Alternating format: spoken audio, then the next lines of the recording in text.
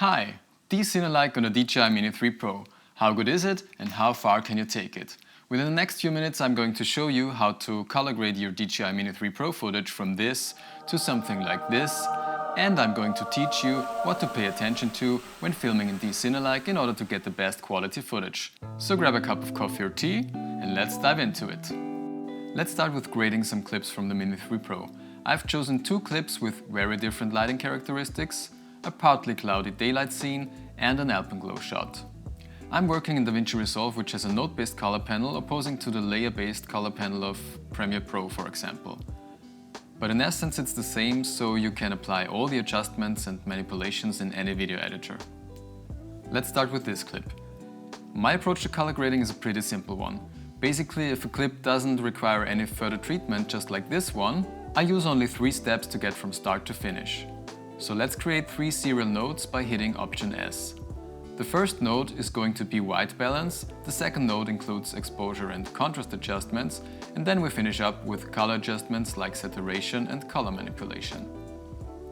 Okay, even though the first node is white balance, we start with contrast adjustments because due to the flat nature of D-Cinelike, for me it's hard to judge color before applying some contrast. So let's just go directly to the second node where we try to adjust exposure and contrast with the curves tool. You can see in the scopes here that the clip... Scopes? You don't know how to read the scopes? Then I'm gonna tell you. It's pretty simple. Those white lines and areas represent the brightness distribution in your image from left to right. Bottom line is black, top line is white. And your footage shouldn't touch either to be correctly exposed. So, you see when the right part of the image gets brighter, that white stuff on the right side of the scopes rises up. Gets dark again, scopes go down. And that's all you need to know. You can see in the scopes here that the clip is very well exposed. No clipped highlights, no crushed shadows. And at the end of the video I will explain what to aim for when filming with the DJI Mini 3 Pro in order to get the best and cleanest results. Okay, the first step here is to grab the black point and shift it as far to the right until the scopes touch the lower line. Then I'll pull down the midtones to get a darker, moodier and more contrasty look. Well, with a curve like this we should be good. And now with the added contrast, it seems to me that the white balance might be a bit too warm. You can double check by right-clicking into the viewer and selecting Show RGB Picker Value. Put your cursor over an area that is supposed to be close to white or neutral gray, in this case the clouds, and check the color values. If the white balance is on point, all 3 values should be nearly the same. Here we have too much red and green, so we could go back to the first node and dial the warmth back a little bit. But as I prefer a slightly warmer color for this, I think we're good as it is.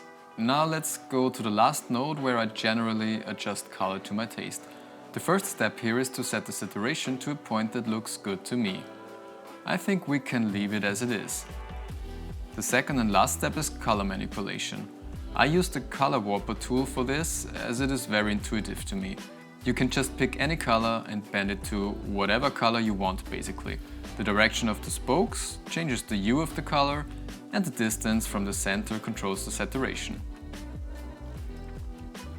For this clip I'd like to achieve an somehow earthy look, so I'd most probably want the yellows to be shifted into the oranges, maybe the reds a little bit as well, and the blue of the sky I'd like to be a little more cyan or teal and reduce saturation there. I am also going to desaturate the greens and magentas, but as you can see from the scope graph lying beneath the color warper tool, there is not really much green or magenta in this clip anyway. Looks good to me, so here's the before and after. Okay, next clip. This should be an easy one as well. Let's create 3 nodes, label them, and we're good to go. Again, we're going to start with the contrast node. This is also a very well exposed clip. The highlights look good to me, so let's bring down the midtones to get a darker and more dramatic look. Something like that. If we compare before and after, just by increasing the contrast, the colors come out way more without increasing saturation. And by darkening the whole image, it looks way more interesting. I would like the alpenglow to have a little more of an orange reddish hue And again, as before, have the blues in the sky a little less saturated and the hue to be more tealish. So let's go to the third node and adjust colors accordingly. Something like this. And with these 3 little steps, white balance, contrast and color adjustments, this clip has come a long way. Well, actually it was only 2 steps this time, as we did not have to touch white balance at all. But I think I'd like to do a little more refinement here.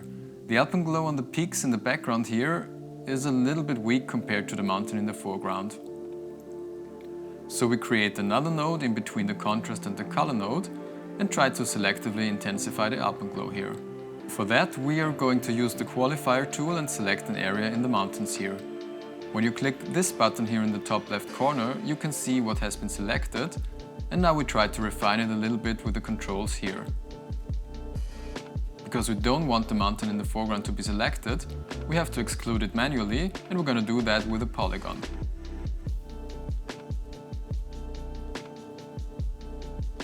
Now only the selected areas within the polygon will be altered by the adjustments we're going to do.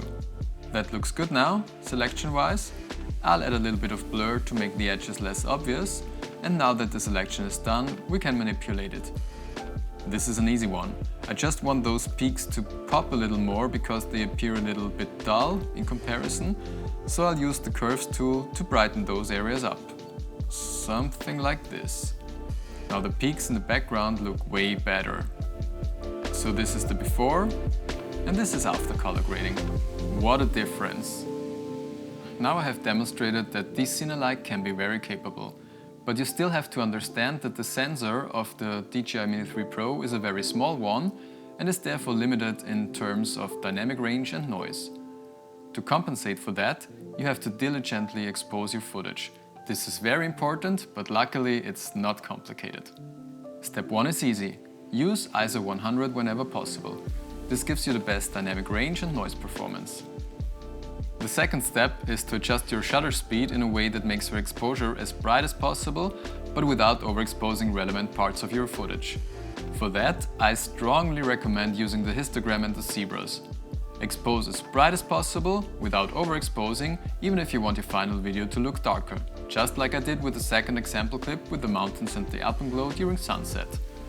The original footage was exposed very bright and the final video is very dark and moody, and free of noise without any noise reduction. The reason being, noise always hides in the darker parts of your recording.